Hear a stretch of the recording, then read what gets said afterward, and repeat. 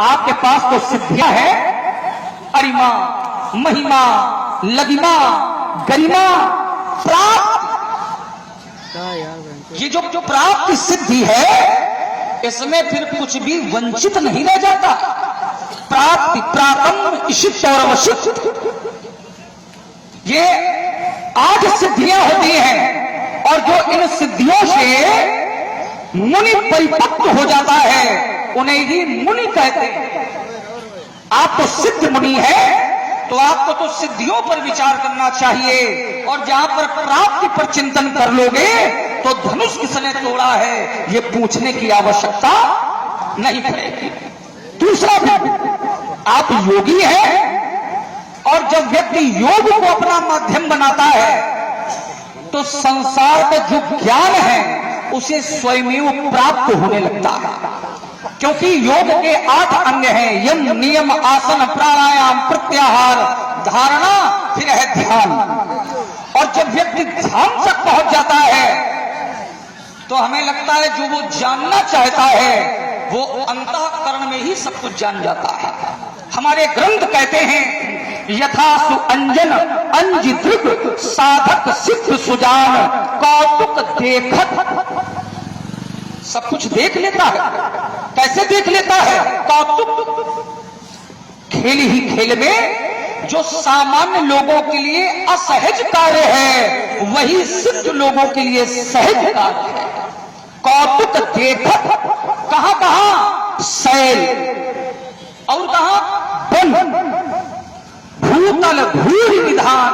ऊपर तो हम लोग देख लेते हैं पृथ्वी के ऊपर क्या है, लेकिन पृथ्वी के नीचे क्या है ये परशुराम जी देख सकते हैं। जब देख सकते हो तो काहे नहीं देख पा रहे?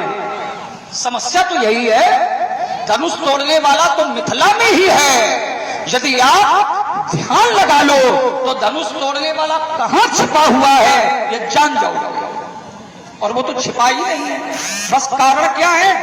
क्रोध है। जब क्रोध होता है तो व्यक्ति जो सोचना चाहिए वो सोच ही नहीं पा रहा है, जहां जाना चाहिए वो जा ही नहीं पा रहा है, जहां पहुंचना चाहिए वो अप्राप्त हो चुका है। ये क्रोध का प्रकोप है। महाराज, यदि आपको क्रोध नहीं हटाना है तो एक मार्ग और है, सीधा मार्ग। धनुष तोड़ने वाला कोई और नहीं, धनुष तोड़ने वाला वर। हम तो पहुंचा रहे हैं, पहुंचो। धनुष तोड़ने वाला वर है। वर अर्थात श्रेष्ठ, और एक सामान्य अर्थ है वर माने दूल्हा। जहां विवाह होता है तो वहां दूल्हे को ही वर कहते हैं। तो आप दूल्हे को पहचान जाओ, केवल समस्या, दूल्हे को पहचान लोगे तो ये बार बार नहीं पूछना पड़ेगा कहीं तोड़ा, क्योंकि वही है दूल्हा जिसने तोड़ा है। लेकिन समस्या ये भी है, दूल्हे को कैसे पहचानो? जीवन में कबहू दूल्हा बने हो तो जानो, ये सौभाग्य नहीं प्राप्त। महाराज चलिए, हमें लगता है कि आपके लिए वो योग ही माध्यम एक बन सकता है, क्योंकि अनुभव नहीं है तो भगवान शिव स्वयं अनुभव ही कहते हैं, और आपको जो अनुभव नहीं है तो वो भी आपके लिए मार्ग बंद हो चुका है। इसलिए महाराज आपको क्रोध को ही हटाना पड़ेगा, और क्रोध के स्थान पर बोध को लाना पड़ेगा, क्योंकि आप मुनि हैं। और हमारे नीतियां कहती हैं, सिद्धांत कहते हैं, धर्मे रता सत्पुरुषे समेता स्त्री जास्तनु दान गुण प्रधाना अहिंसा वीत मला श्लोके भवन्ति पूज्या मुनिसः प्रधाना। अगर आपको मुनि बनना है तो आपको क्रोध का त्याग करना ही पड़ेगा, नहीं तो आप ऐसे ही भटकते रहेंगे। जन्म जन्म मुनि जतन कराही, लेकिन अंत वैसा ही होगा।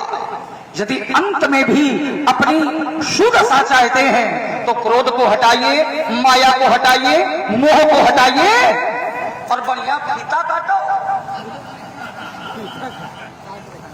बढ़िया सम्मान प्राप्त करो। धनुष तोड़ने वाले को कहते हो कि जिसने तोड़ा है वो हमारा शत्रु है, वो हमारा रिपु है। कैसी बातें कर रहे हैं आप? धनुष तोड़ने वाला शत्रु हो ही नहीं सकता, क्योंकि हमारे गुरुदेव ने कहा था और गुरुदेव की बारी शाश्वत सत्य है। हमारे गुरुदेव ने कहा था कि जो भी धनुष तोड़ेगा उसको बड़ाई प्राप्त होगी।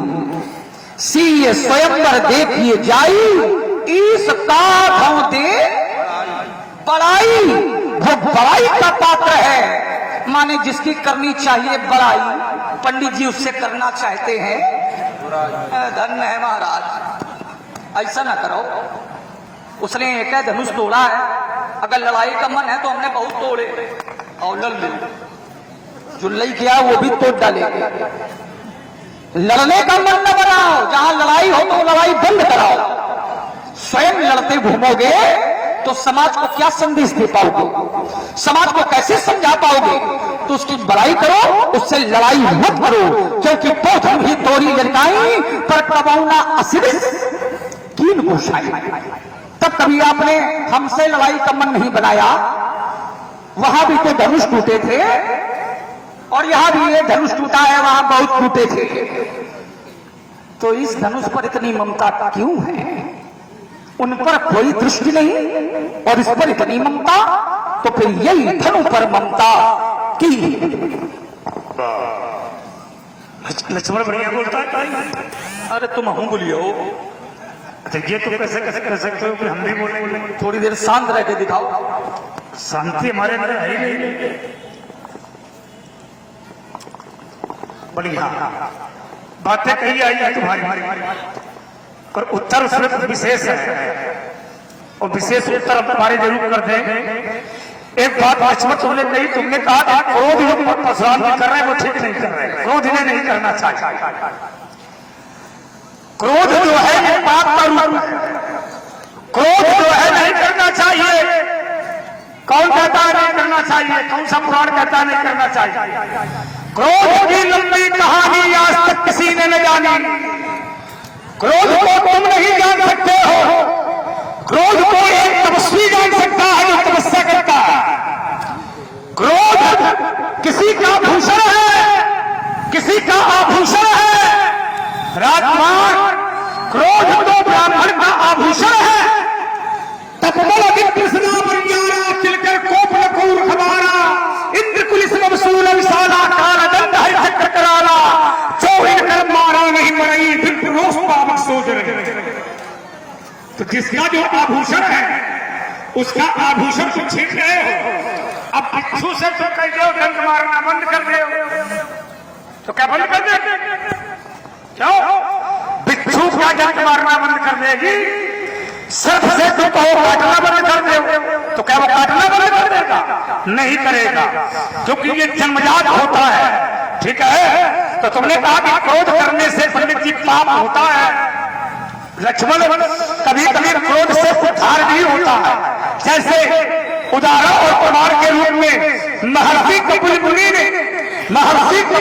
ने क्रोध किया और राजा सगर के 60,000 पुत्रों को भस्म कर दिया। तो भागीरथ ने तपस्या की और स्वर्ग से गंगा आ गई।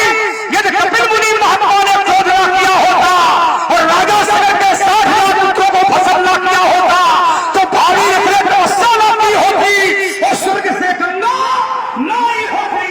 क्या कर? तो कपिल मुनि ने क्रोध किया तो राजा सगर के 60,000 पुत्रों को भस्म कर दिया। तो भागीरथ ने तपस्या की और धरती के गंगा आ गई। और यदि कपिल मुनि ने क्रोध न किया होता तो स्वर्ग से गंगा धरती में ना, ये प्रमाणित है। दूसरा, क्रोध किसने नहीं किया? क्रोध वशिष्ठ ने किया, क्रोध विश्वामित्र ने किया, क्रोध ब्रह्मा ने किया, क्रोध शंकर ने किया, क्रोध विष्णु ने किया, क्रोध दुर्वासा ने किया, क्रोध राम ने किया, क्रोध लक्ष्मण ने किया। और क्रोध एक परशुराम करता है तो फिर लक्ष्मण को क्रोध नहीं करता? क्या तुमने क्रोध नहीं किया? तुमने क्रोध नहीं किया? क्या जनक ने क्रोध नहीं किया? क्या योगी क्रोध नहीं करता? राजा जनक भी योगी है, लेकिन बोले बजा रोष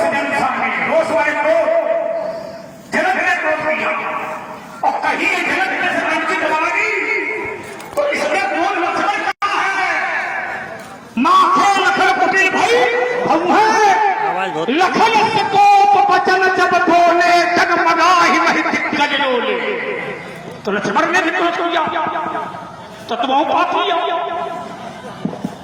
परशुराम को ले रहे हो। क्रोध किसने नहीं किया?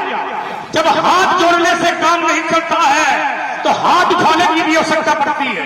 कभी कभी हाथ जोड़ने से काम नहीं चलता तो बिना मानव चलत जड़ गए 3 दिन तो बोले राम सको तब भय बिन हो। ये हमारा सिद्धांत थोड़ी है, तुम्हारे घर की बात है और ये किसी और ने थोड़ी कहा, यही बंटा ने कहा, बंटा ये किसी और ने थोड़ी कहा, ये कोई और नहीं कहता।